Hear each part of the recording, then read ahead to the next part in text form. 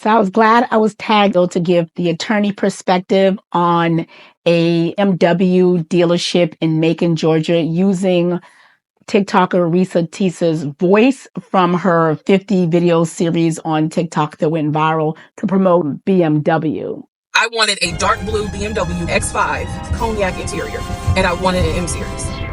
Daydream, I fell asleep amid the flowers for a couple of hours. Because I was tagged in that gave me the chance to do some research and uncover the extent to which TikTok actually doesn't protect content creators as much as other platforms like Instagram and YouTube. So if you're interested in knowing what do I mean by that and a little bit of background on the rights you have as a content creator when you upload your content to social media, the limitations and other like exceptions to those rights, and then actually how social media throws a wrench into the traditional copyright dichotomy that we've had in the United States. Anyway, stay tuned to this video.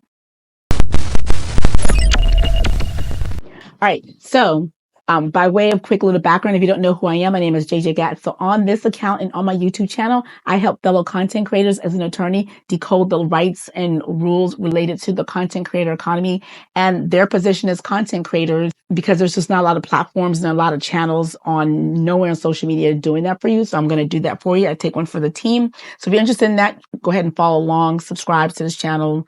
And so in case I upload a new video, you don't have to worry about it. The platform's going to let you know. All right, so let's do a little bit quick little background for those of you who don't know. TikToker Reesa Teesa, like I said, sometime recently uploaded 50 videos, about 10 minutes each, just relaying her experience with her ex-husband, who she says was a pathological liar. She's got like millions of views per video and went viral. A lot of people have done hot takes, and people have actually used her voice in her pieces of her videos for their own hot takes, including this one here. This guy used the story time she did, and he even slapped his own logo on top of that and got a whole bunch of views from that. So people have been exploiting it. If you don't follow this account, if you haven't seen, I have an actual series when I talk about copyright laws. I'm going to put it here. I'm going to also attach it here and link it somewhere on this account so you can actually go look at that series after you watch this video.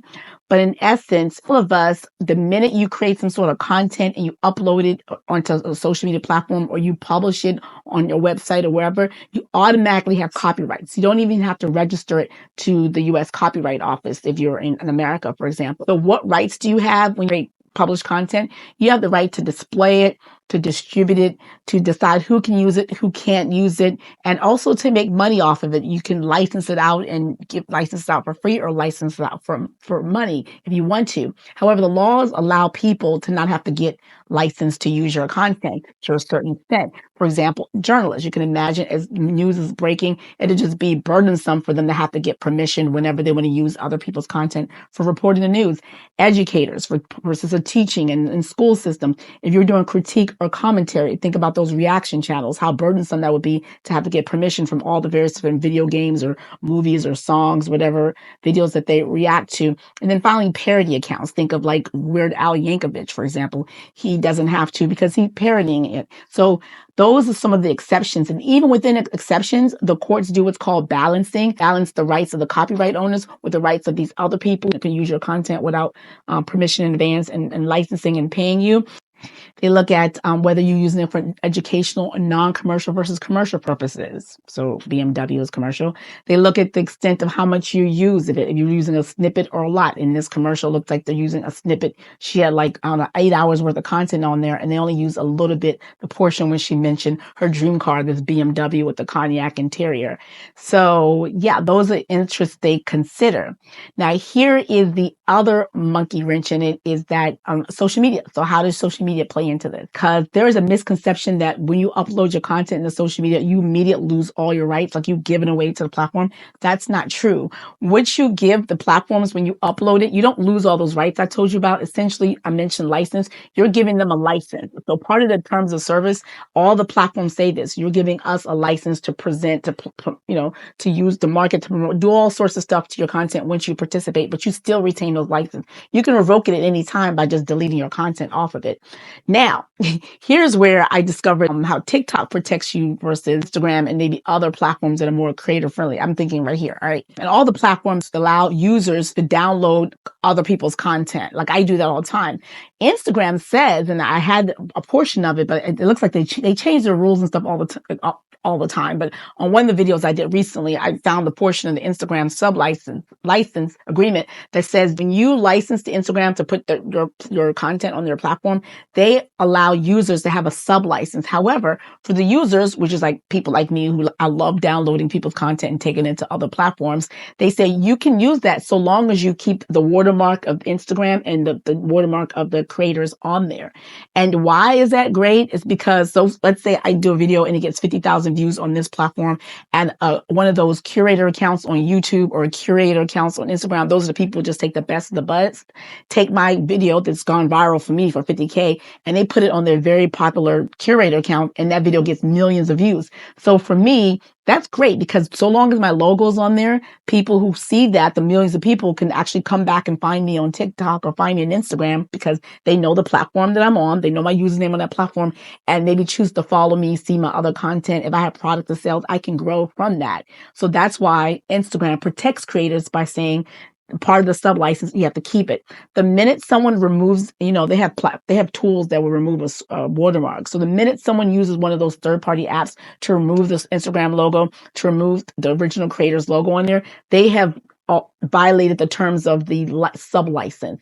So why is that important? That's important because if you were to sue them or go to court or issue a cease and desist, you have that in your pocket, the fact that they violated the terms of the sub license when they chose to remove your watermark from it. So that's like a tool you have. And that's great that Instagram has that. And I'm sure YouTube is even more strict and even more protective because YouTube actually has tools that let you like strike or make money off of. If someone is profiting off your content, YouTube have tools that allow you to claim that, and at least take it down. So those platforms really protect you.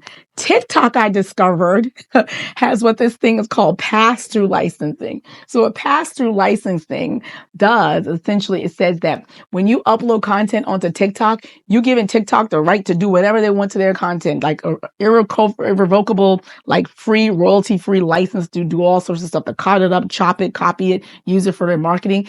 And TikTok actually gives users the same rights that they have to do whatever the hell they want to do with your content when you upload it. They go ahead and pass that through to the users. So they pass that right on to a commercial entity like BMW or Macon to strip a piece of her content that she uploaded onto TikTok and use it for their ad. Yeah.